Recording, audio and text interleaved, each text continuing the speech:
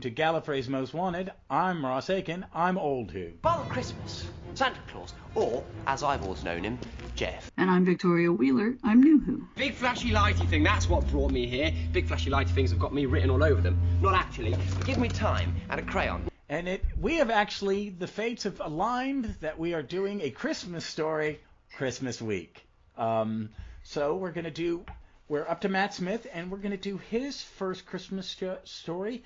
It has a familiar title, A Christmas Carol. Let's jump to the synopsis, and we'll be right back. A Christmas Carol, Story 5X. Writer, Stephen Moffat. Director, Toby Haynes. Producer, Son Holenberg. Executive producers, Peter Moffat, Piers Wegner, Beth Willis. Originally aired December 25th, 2010. Merry Christmas. Amy and Roy are honeymooning aboard a starliner. Caught in a stormy atmosphere of the planet Ember, callous businessman Kazran Sardik has a machine that uses sound waves to control the ice clouds and keep the fish that swim in them away from the town. His family made its fortune by lending money and taking people as security, keeping them literally on ice until the debt is paid. The doctor asks Sardik to help the liner land, but the misanthrope refuses. His meanness is a result of abuse by his late father, so the doctor travels back to Kazran's childhood to help him grow into a more considerate person. The boy has never seen the fish, so the doctor uses his sonic screwdriver to lure them some into his bedroom, but attacks a flying shark instead, which eats half of the screwdriver. The doctor stuns it, but it has been below the clouds too long and is dying. Kazran suggests using one of the caskets his father keeps people frozen in to preserve the shark, picking the one containing Abigail Pettigrew. They release her, but the cloud fog has revived the shark, so she sings to comets, such as Sardik's machine tames the clouds. Kazran and the doctor return every Christmas to see Abigail. They take her on a carriage ride through the clouds, pulled by the shark, a trip to Egypt to spend Christmas with her family, and to a party in 1950s Hollywood. Each visit, Kazran is a year older and falls more in love with Abigail. But she is dying, and they are using up her last days of life. Old Sardik's memories have changed as the doctor's interferes in his past, although now knew a love he did not previously. He is instead embittered by the knowledge that he cannot see Abigail again, as she has only one day left. He blames the doctor and still will not help save the liner. The doctor brings young Kazran forward in time to see himself as a bitter old man like his father, and Sardik finally relents. The machine no longer responds to the changed Sardik, however. So they must wake Abigail. Her singing is transmitted via the half of the sonic screwdriver still in the shark to calm the storm clouds, allowing the liner to land. The doctor takes Kazran back to his time, while Sardik enjoys one last day with Abigail. Again, another wonderful synopsis from the New Who program guide by Paul Smith, produced by Wonderful Books. I love that. Produced by Wonderful Books. So get your copy. Mine's starting to get battered. Enjoy. Merry Christmas. All right. Well, that was a lovely synopsis by Paul Smith in the New Who program guide. This is starting to get beat up as much as my old Who one.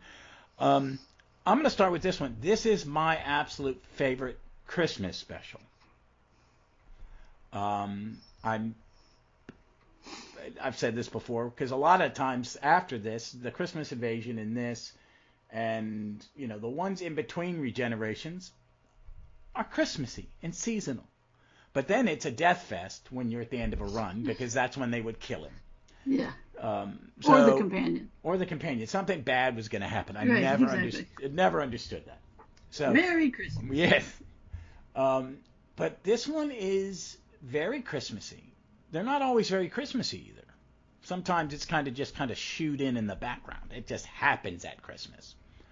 But this one has a very traditional Christmas feel, and it is it's a Doctor Who take on probably the most famous Christmas story in the English language. Dickens' A Christmas Carol, which we all have opinions on. Shy of Luke. Yeah. Yeah. Right. Because, I mean, the Christmas story from Luke is probably the only thing that is more well-known than Dickens. But Dickens created the art form of the Christmas story that's not based on the birth of Christ. Yeah. And I never really put two and two together with it. There is a Christmas tradition in England of ghost stories, which did not translate to America. Right. Which I dig. I watch some of the other ones. Mark Gatiss has done a couple adaptations, and he's a good horror guy. But the Christmas Carol is a favorite story of mine, and me and Vic have had a discussion, and I'm gonna save it until after we talk about this, about different versions of the Christmas Carol. I watched my favorite last night, and I got about halfway through her favorite before I went to bed. And goddamn, I hadn't watched that in 20 years. Vic, you were right. Yeah, I forgot how much I love that man when he's acting. It's not my favorite. It's my second favorite. Oh, yeah. Well, me and Leslie watched that one the night before. Oh yeah. But let's talk about this one. I like this one. Michael frickin' Gambon, Sir Michael, only the second knighted person. I saw that in the trivia. Second knighted person. There've only been 4 knighted actors to appear in Doctor Who: Jacobi, Gambon, McKellen, Hurt. Where the hell's Dame Judy? She'll work for food. She'll do anything. I know. That's you say yes. Yeah. I really like this one because it is Christmassy. It is well cast. He's tremendous. You're letting Matt Smith do what he does best as the Doctor. You're giving him all the bits and the energy. And I enjoy the hell out of it. I like Katherine Jenkins, who plays the female lead, the opera singer. She's very wonderful. I heard opera singer and went, well, is she? Because opera acting and camera acting are different. She'll do anything. Yeah, she's really good. She's game for anything. Yeah. She came in second in Dancing with the Stars, right? But she's less an opera singer and more Welsh, you know. Yeah, like the Welsh have a history though, right?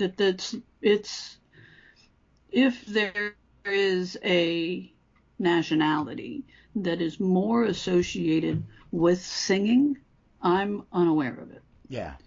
Right? That their choirs are the best in the world, some of the best in the world, and their language is lyrical. You know, and musical, right? Like they're a very musical culture, and so I think she grew up singing in choirs and things long before she actually started in opera. So she's wonderful in it. I mean, I think you also. She's frozen for 2/3 of the show, right? Yeah. But I think she does okay for the part she's in. I'm always surprised when a non-actor is put in something. It's like, you know what? You wouldn't have gotten a better performance for that part because the part's not that written, you know. Right. Her and also... Kazrin, the younger Kazrins, have a very simple thing to do. The heavy lifting acting-wise is really Michael Gambon. He's asked to show more of the emotional context. Yeah, but also, I think we lack an appreciation for who she is. Yeah, because I mean she's well known.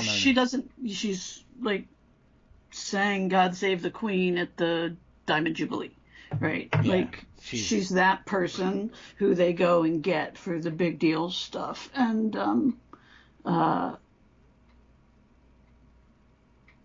so I think she's like Beverly Sills was here in the 70s. That's a good analogy. I get that. Yeah, like, where you and me were going, I know her. Everywhere. Yeah, right. we know her. She was just everywhere. She was on chat shows and she was like she was everywhere. And I think this woman is like that over there. But she's also like done tap dancing shows. Like, she's done a lot. But yeah, I happen to just love the Welsh accent and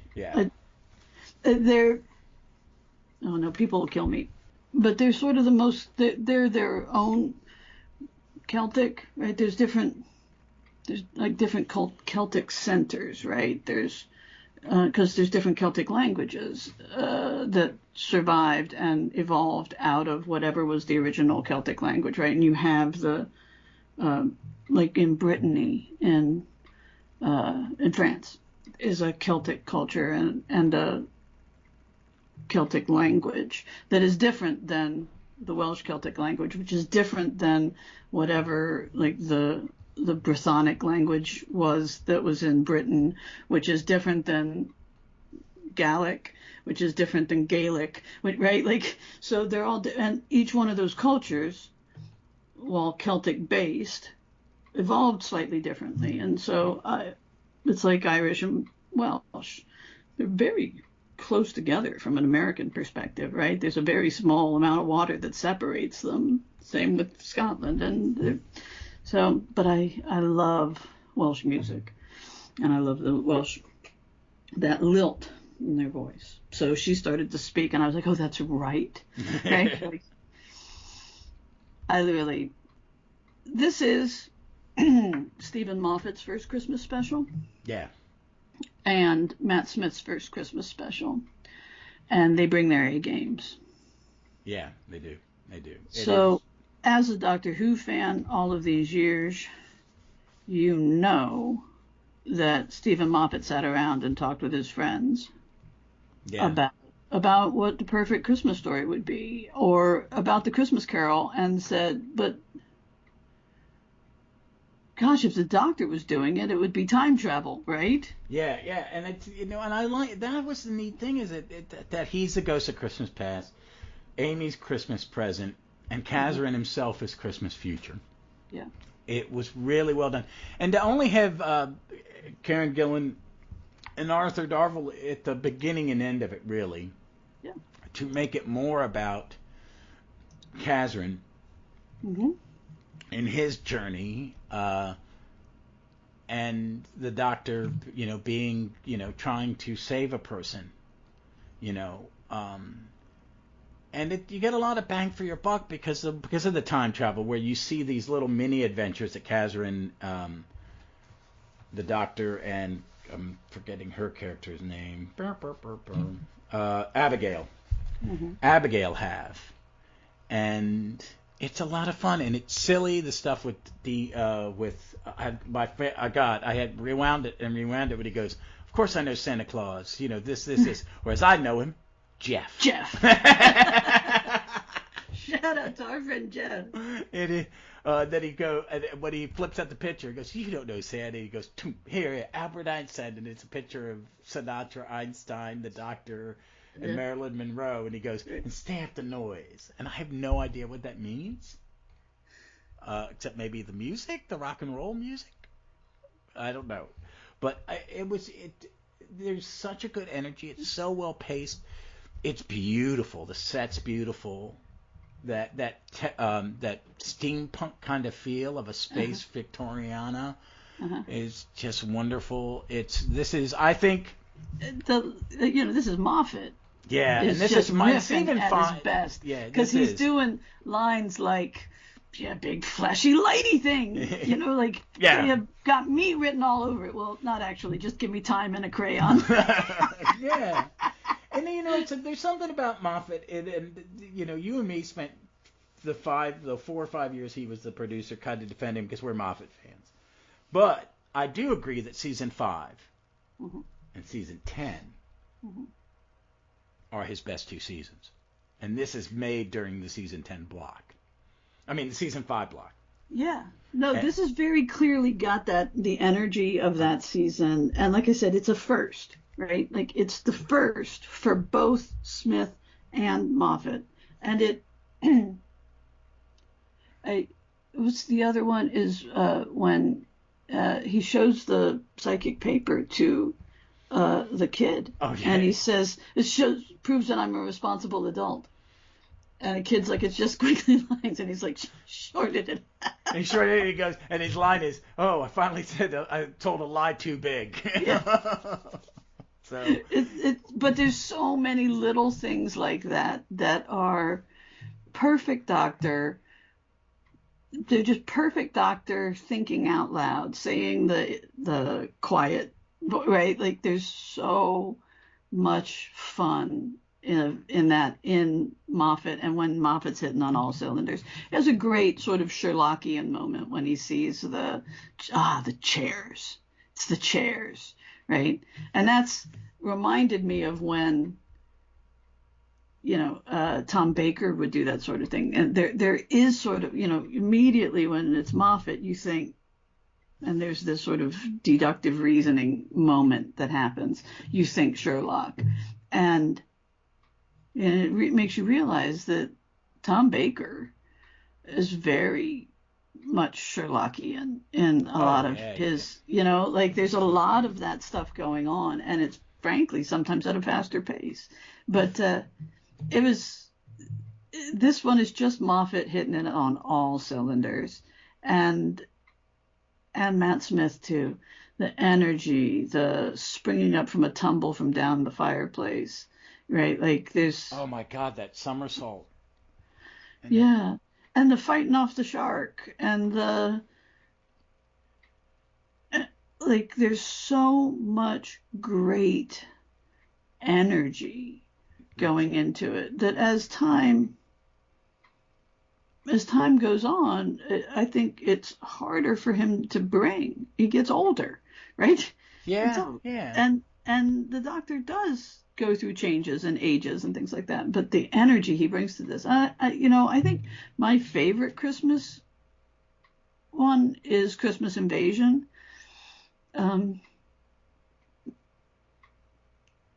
Because of that great big red button. Yeah. Oh, no. I kind of like. I mean, I like the next one, the Lion, Witch, and the Wardrobe take. Yeah. I enjoyed it. It's lovely. Yeah. It's a very sweet one, and Frasier has been on. That's his favorite, and I really get it because it's so sweet. Yeah. I do. Christmas Invasion works great because it is probably one of the best first introduction of a new Doctor. Yeah. Davies is not. You really don't see Tennant until 3/4 of the way through. You Right. let it be about Jackie and Mickey Yeah. and Rose and Harriet. Yeah. But then when he comes out of boom, it's again firing on all cylinders. He's the Doctor that he dreamt of being as a little boy, right? And this is the Doctor. This version is the Doctor that Moffat dreamt of, and it's when the passion is there for the project, it's there. It's so there in this one, that there's a thing that looks like an organ that's controlling the sky. Oh my God, that's a line about fish that Yeah. swim in ice. I love A New Planet. Yeah. It is, and there's a wonder to Matt Smith's Doctor, which we're about to go into a season where he gets a little more grim because because it starts with the Impossible Astronaut. He knows his death is coming. Blah blah blah. And I think that season doesn't serve Matt Smith as well. I think there's a lot in that season I like, and there's a lot in that season that me as a Who fan goes, yes, please, you can complain. I get why it didn't land. He didn't stick the landing. So let's look at this one and then see the themes that are carried out through the other Moffat Christmas specials. Okay. There's this one is a classic British story. Yes. The next one is a classic British story. But this one has a reference to a place called Christmas. At the end, he says they're on their way to Christmas. Yeah. And it never hit me before. But Christmas is a place. And we see it at the end and we of his see it at the end of Matt Smith's run. And that's my favorite there's part of that also story. The theme of two people getting one more day together. Just one. Yeah. And that's one of my other favorite Christmas ones is the Wedding of River Song, Yeah. Yeah. because she gets one more day, right? Hmm. Yeah. See, I think I really prefer Moffat's Christmas ones. I think Matt's final story is kind of anticlimactic because it's 1 hour after basically, Day of the Doctor. Um, but what I love about that one is everything set at Christmas with the little kid Right, and him making the right, toys and stuff like right, that. The wooden right, Cybermen that the Doctor tricks into right. shooting. It's silly stuff. But I do love. Yeah, with I like Moffat, both of Capaldi's because they're both River Song stories and they're both yeah, funny. yeah. Well, isn't No, the no, the second one is Monardle and yeah, comic books, Nardole, so I like it. right? So you like that one, but the hold on, I had an idea and it left. Oh, the idea is, I think Moffat makes the story about Christmas. With Davies, it's usually just the set dressing, Yeah, yeah. right? That there's that the Well, I mean, monster let's is wearing a Santa Claus yeah, mask, it's like right? It could be wearing Christmas any Invasion. mask. It's an invasion set at Yeah, Christmas. right. Voyage of the Dam is him doing his letter to the Poseidon adventure set at Christmas, which is set at New Year's. Um, Right. um, There's just I can't even remember what his third one is. yeah. I mean, because Oh, I think it's a Donna one. oh yeah, Donna with the Dr. Donna or Donna, and then Donna's death. I mean, the Doctor's death. Because he only did the four of them: Invasion, Runaway Bride, Voyage of the Damned, and The End of Time.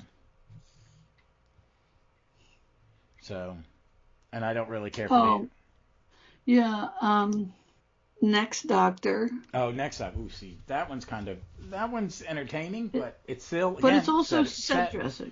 It's a set dressing. We're gonna do Hmm. it in the traditional view of in British literature of Christmas is always set during the age of Dickens.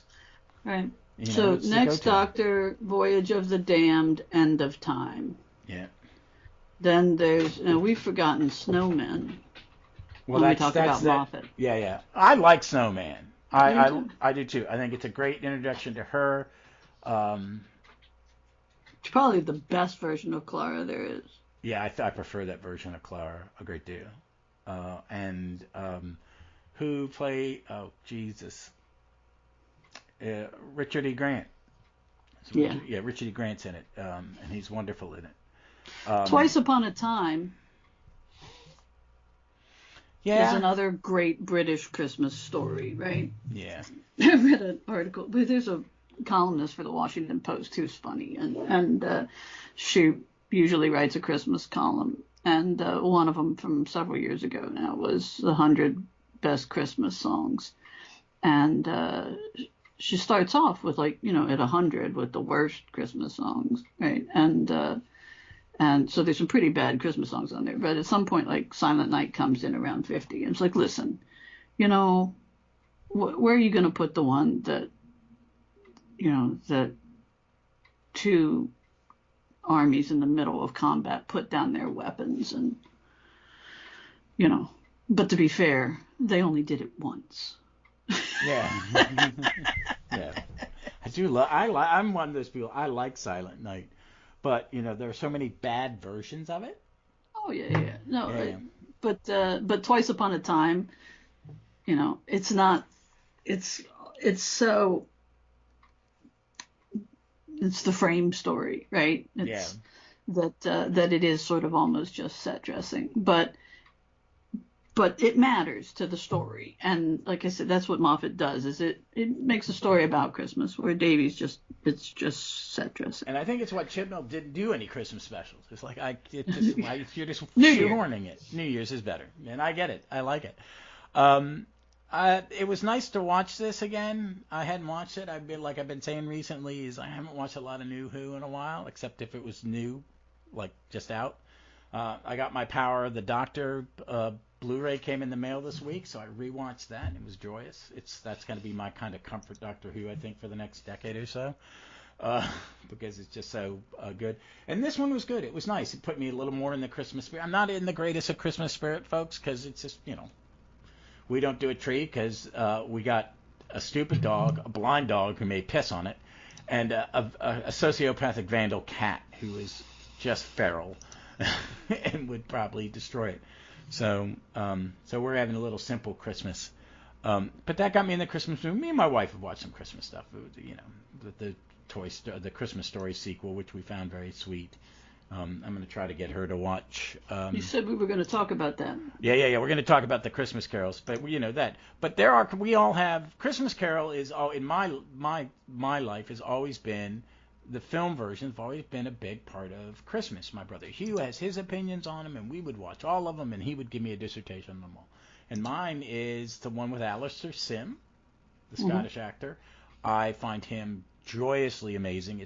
For me, it's him, his performance, and it's just it's tight. There's an earlier one from the 30s, which Huey used to make me watch all the time. I have not watched it in decades. And every time I look for it and think about it, the only one I can find is when they've colorized it, and I refuse to watch it. And that's my favorite. But me and Vic, the great ones, I think we agree on one. She said that, their favorite. It's the Muppet Christmas, isn't it? It's perfect. It is. Me and Leslie watched it 2 days ago. It was frickin' brilliant, man. I have a friend who's a lit professor.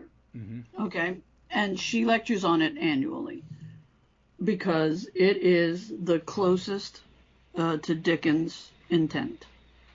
It is the narrator has the focus, right? And Dickens changed the Christmas Carol over and over and over again, right? Like it grew as he did presentations, as he did, as he worked it, he saw what beats worked and which ones didn't, and he tweaked it. And he expanded the role of the narrator. Yes. As he took it around the country and played the role of the narrator, he kept expanding his role, which is, if not natural, it's certainly human. So,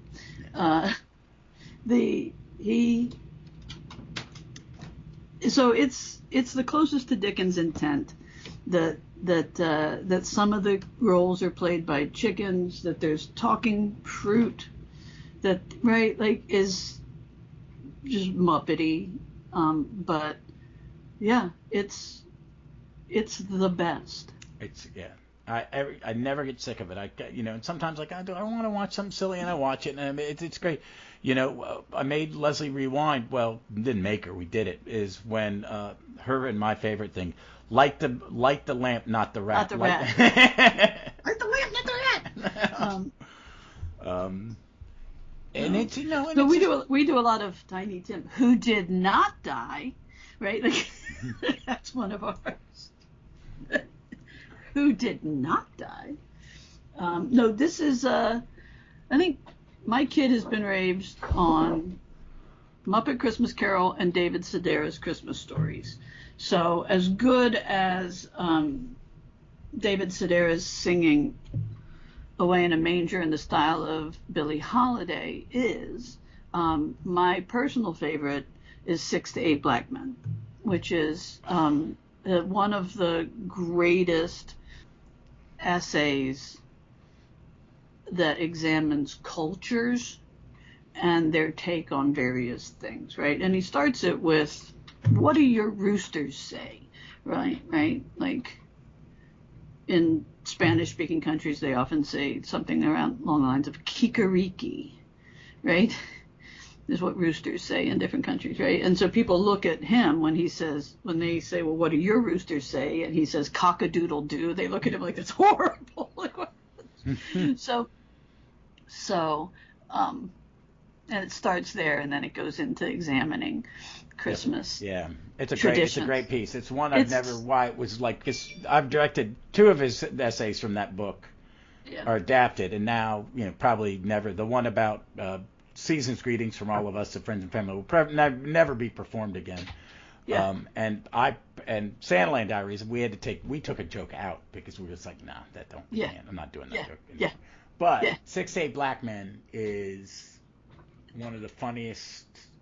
Yeah. I've listened to it 1,000 times, and it gives you the cynical look at Christmas while still giving you the sentimental look. Yeah.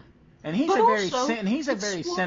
Yeah. I don't think he is by nature truly 100% a cynical person. Well, might be. Yeah, You don't know. I've seen him live, and but you don't get that sentimentality. There's a level of sentimentality. Yes, absolutely.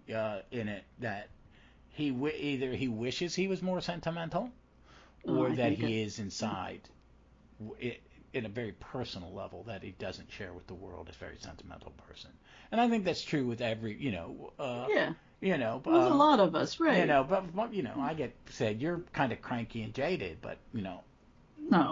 yeah. See, but it's like no. But I'm the person who cries at sentimentality. Yeah. Like I watched Field of Dreams, and the line, "Do you want to have a catch?"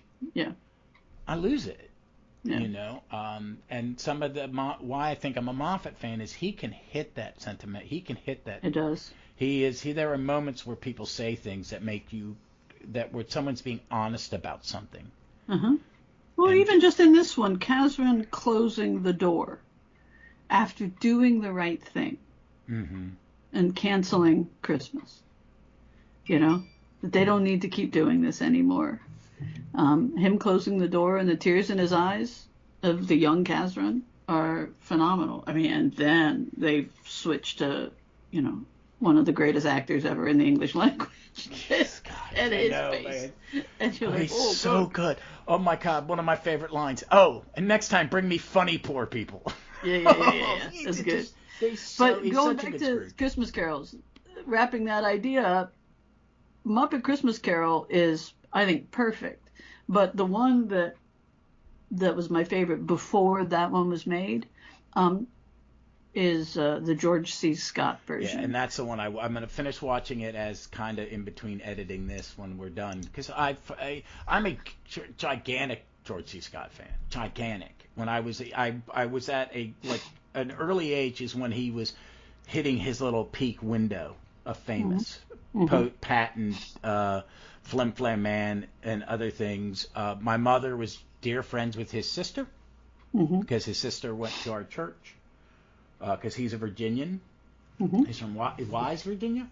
From Wise, Virginia.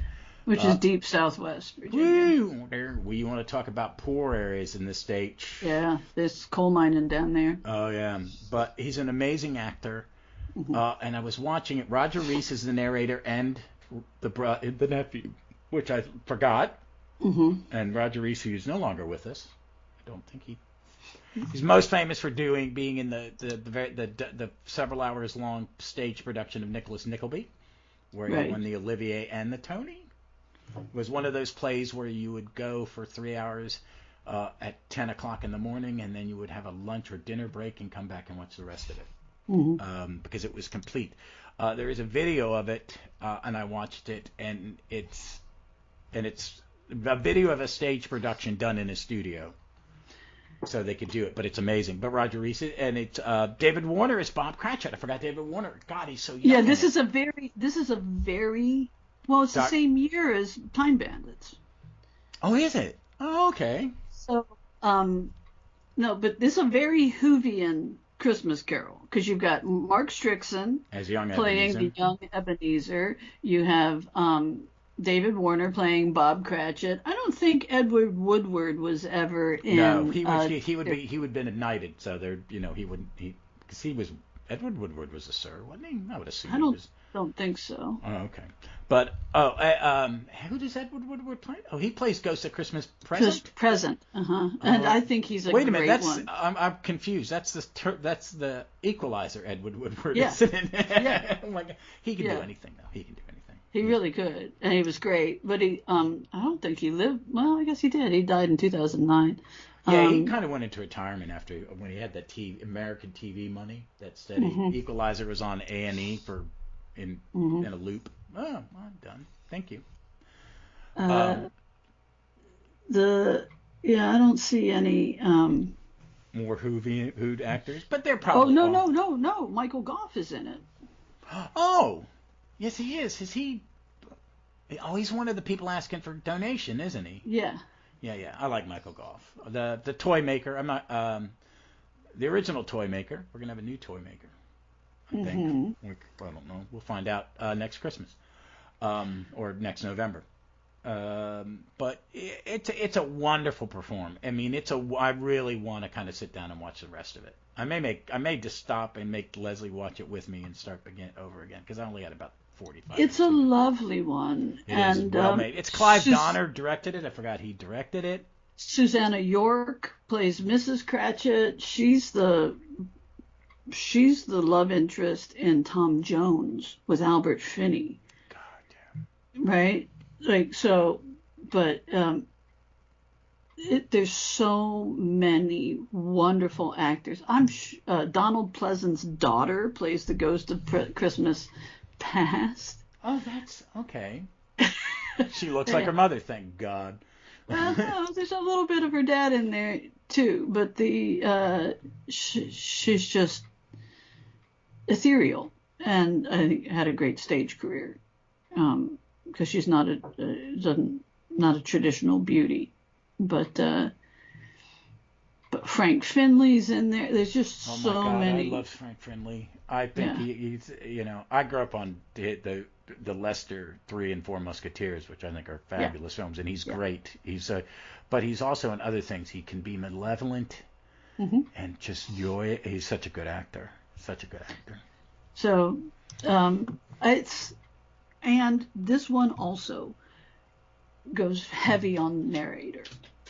Yeah, and right? I think, if you're going to have Ralph Reese in your thing, I think it's kind of like when they were I have a feeling when they cast him as Ralph, and then when we need a narrator, we're already paying him. We'll just pay him a little bit more because he's got such a great voice.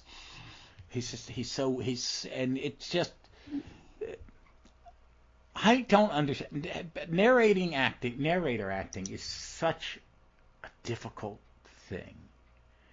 And I think that the best narrators of Christmas Carol really are Ralph Reese and Gonzo. What? That's perfect. Because Gonzo and my favorite part of the Muppet Christmas Carol is Gonzo and Rizzo. Yeah.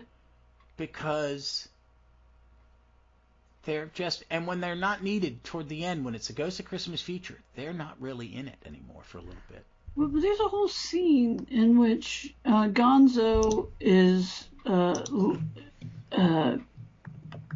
is dressed like the Doctor. I would love a Muppets Doctor Who parody sometime. That'd be nice. Just before the first time traveling scene, it's Rizzo who's dressed like the Fourth Doctor. He's got a long Fourth Doctor scarf on, and of course he has jelly babies that he. Oh, that's right. He's got jelly bean. Yeah, I'll have to. But yeah, I've posted it. It's Rizzo who is dressed as the Fourth Doctor,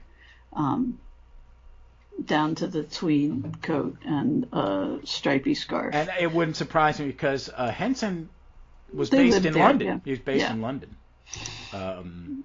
which is great. But those are our Christmas carols. Everybody has their own. There was the Mr. Magoo one, which I find I must have loved it when I was really little. Mm-hmm. There is a British animated one with Alistair Sims doing the voice again, which is. God, it was made in the 70s, so it's really animation really did not do well because it was so time and cost intensive that it kind of went. The quality of animation was sparse. Even Disney they changed their style to be more efficient, but it was still good. The era of Bedknobs and Broomsticks and Robin Hood and stuff like that. I think Robin Hood's amazing. But yeah, there are other ones, but those are the big ones. I really do, And then in America, we have A Christmas Story, which is played in a loop on one channel on New Year, Thanksgiving, and then again in Christmas. I think TNT is still doing that. They just play it in a loop. But I like Christmas Carol. That is my story to go to. See, I grew up on Gene Shepherd. My dad liked Gene Shepherd, who had started out as a writer on The Village Voice alongside Jack Kerouac. And that's two totally opposite ends of the right. spectrum. And I like it, and I love it. But Shepherd had a radio show where he told stories, and he wrote as well. And it was a local New York radio station, and it was syndicated. His radio show was syndicated, and it got played in the Washington area. And so we listened to Shepherd a lot. And my dad would tape him on cassette tapes sometimes. He liked talk radio. He'd grown up on it. And, he's a pre-war kid. Yeah. So he grew up in that same era. He grew up in the Midwest. It was very much a reflection of his childhood. So there's a couple of different books. In God We Trust, All Others Pay Cash is one. Wanda Hickey's Night of Golden Memories I can also recommend. So if you're a fan of A Christmas Story and want to read some Gene Shepherd, it's Gene spelled Jean as the French, and you can look it up or find the books. Well, they did the sequel. Well, the young man who played Ralphie in Christmas Story is a big-time movie producer. He produced Iron Man 1. He works with Vince Vaughn and Jon Favreau. He's also co-produced Elf and is in it. Yeah. Oh, yeah. Oh, there's a great another Christmas Carol. My wife and me watch it. Is the new Will Ferrell, Olivia Spencer, Ryan Reynolds one, which is a parody of A Christmas Carol and a parody of musicals, and it's very funny. And there's a scene where Will Ferrell's Ghost of Christmas Present walks past someone dressed like the elf and goes, "You look like a fucking idiot." But the young man Billingsley, I'm forgetting his first name. I don't want to call him by the wrong one. Peter Billingsley. Mm-hmm. I think he wrote it and he produced it, and it is a love letter to Gene, because basically the dad has died, and Ralphie's come home, and he's trying to give his kids the Christmases that his dad, the wonderful Darren McGavin, in the movie did, and his mother asked him to write his eulogy, and then everything goes pear-shaped, as it does in A Christmas Story, because it is humor, but at the end he writes what is basically my dad, which is the Christmas Story essay. It started and he's the narrator this time, and it's very sweet. I thought it would just be I was terrified of how bad it would be, because I like A Christmas Story. I find it very funny. It's and it's sentimental. It's incredibly sentimental. The dad is cusser, and he's crazy, and he's cranky, and he's mean, but he does it because he loves his kids, and he's going to he's my pops. My dad was, a little standoffish, but when you woke up, man, that under that tree was ready. His kids were going to have one time he didn't wrap my action figures. He just had them all, he put a blanket over them and had them all set up. This is a guy, So I mean, I like sentimentality. Christmas is a time where I get very sentimental, and I think. So let me just chime in. There is Gene Shepherd's radio show is on Spotify, so you can find it on Spotify, and I highly recommend it.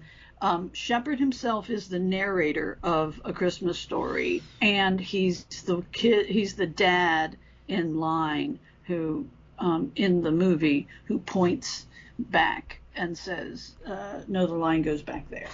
Okay. They do. So if you like that voice, if that voice does something for you, you can go and listen to.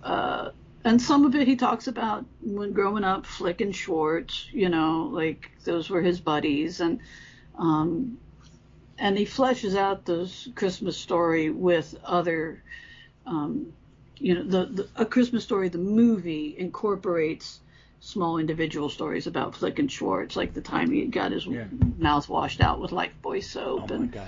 like so it's all out there. And this, I will give Peter Billingsley credit. The Flick and Schwartz are in the movie, in the sequel, and he brought back the original actors, including the actor that played his little brother. So, well, folks, you all have a Merry Christmas. Happy Christmas. Yes. It's it's a time to take I always look at this, if I'm not in the Christmas mood or whatever, we're getting toward the end of the year, it's a time to take a breath, cleanse your brain of a little bit, and move on and hope the next year, try to make the next year as best you can, because that's all we can do is make it as best we can. I don't have any recommendations except watch A Muppet Christmas Carol, and then whatever other Christmas thing that you do that entertains, or listen to music, stories,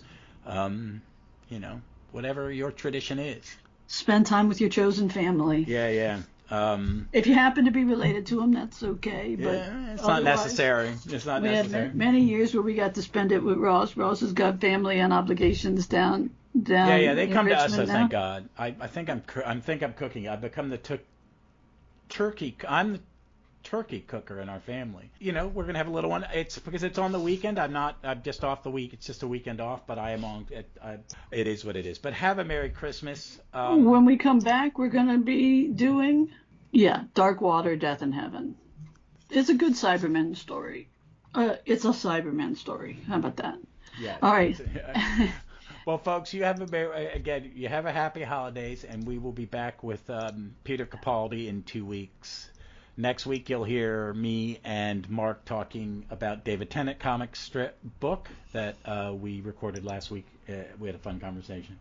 But until then, we look forward to seeing you somewhere in time or space.